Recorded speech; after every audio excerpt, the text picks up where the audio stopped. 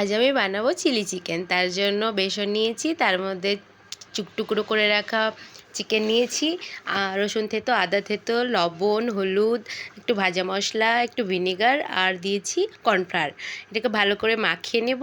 তারপরে গরম তেলের মধ্যে একটা একটা করে সব ভেজে নেব লালচে করে। তারপরে আস্তে আস্তে উল্টে উল্টে পাল্টে ভেজে নেব পকোড়াগুলো। তারপরে ভাজা হয়ে গিয়েছে, এবার তুলে নেব।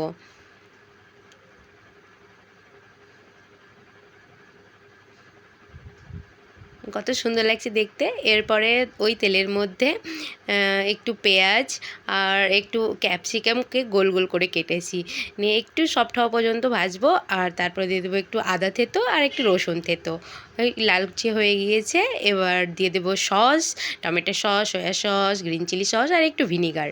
এরপরে দিয়ে দেবো 1 চামচ কর্নফ্লাওয়ার গুলে দিয়ে দেবো জলের মধ্যে দিয়ে দেবো, নিয়ে ফুটলে পকোড়াগুলো তার মধ্যে দিয়ে একটু নাড়াচাড়া করে ব্যাস একটু ভাজা মশলা আর একটু ব্ল্যাক পেপার আর একটু চাট মশলা দিয়ে গরম গরম সার্ভ করুন চিলি চিকেন। খেতে খুবই সুস্বাদু হয়, আপনারা অবশ্যই ট্রাই করবেন। আর ভিডিওটা ভালো লাগলে অবশ্যই পাশে থাকবেন।